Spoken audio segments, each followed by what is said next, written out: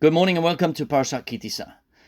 Recently, Alexander Danveris, who is a research associate and a social psychologist at the University of Arizona, wrote a research piece on the online website called Psyche. We all love smiles. It's a way of gaining people's trust. It lights up people's lives. If someone smiles, we're more likely to trust them. If their face is stern, and we don't really trust them as much. But the world that we live in, where hackers exist, creates a fundamental problem for smiles. And that is, smiles can be hacked or faked. How do we know that the smile of someone in front of us is something we can trust and not just a ruse to earn their trust? So the research developed a concept known as engaged smiling. It's a smile that doesn't come about spontaneously, but from a real effort to pay attention to the people that particular individual is interacting with. There are clear physical signs associated with this type of smile, something they refer to as the Duchner marks. What are Duchner marks? So genuine smiles happen spontaneously when someone feels good, when someone feels happy, and involve a very subtle crinkling around the eyes, which distinguishes them from fake smiles. And smiles that have that little subtle muscle movement are referred to as Duchner smiles after a 19th century French psychologist who studied them. And generally they tend to be rated more positive than the fake ones. The researchers then went ahead and tested this theory by having participants play a trust game. And the research paper deals with that at length, but they found a very strong correlation between engaged smiling and trust.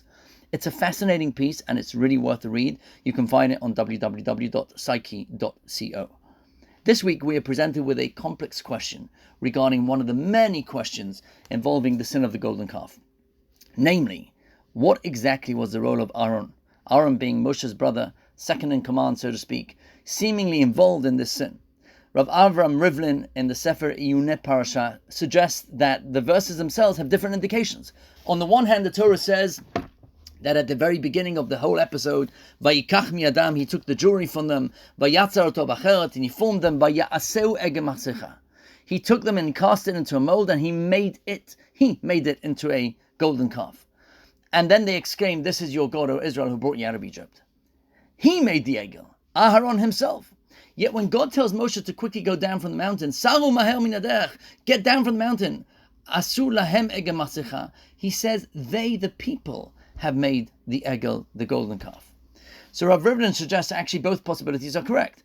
Aaron fashioned the gold into a golden calf, but the gold had no significance. It was only when the people gave it the status of a god did it become problematic.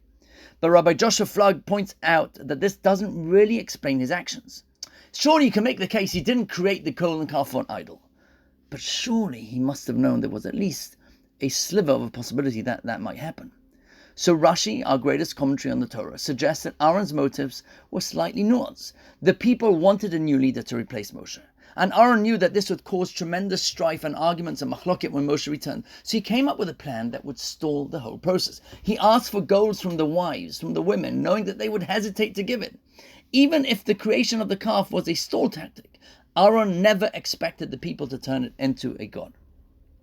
So maybe his actions can be framed this way. He knew that if he capitulated, if he gave in to the requests of the people for a new leader, that was going to be an option that could not be on the table. But he also knew that rejecting them outright was not going to be effective. He was left with no other choice but to earn their trust and to use that trust to help control and contain the situation. How did he earn that trust? He actively engaged with the people and took an interest in their needs. Aaron knew the tools, perhaps used in what we call today engaged smiling.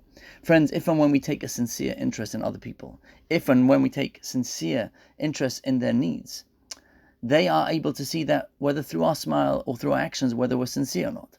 And I think that not only helps build trust, but it actually allows us to help others in a sincere and compassionate manner. And it's something that all of us within the wider community should be trying to work towards.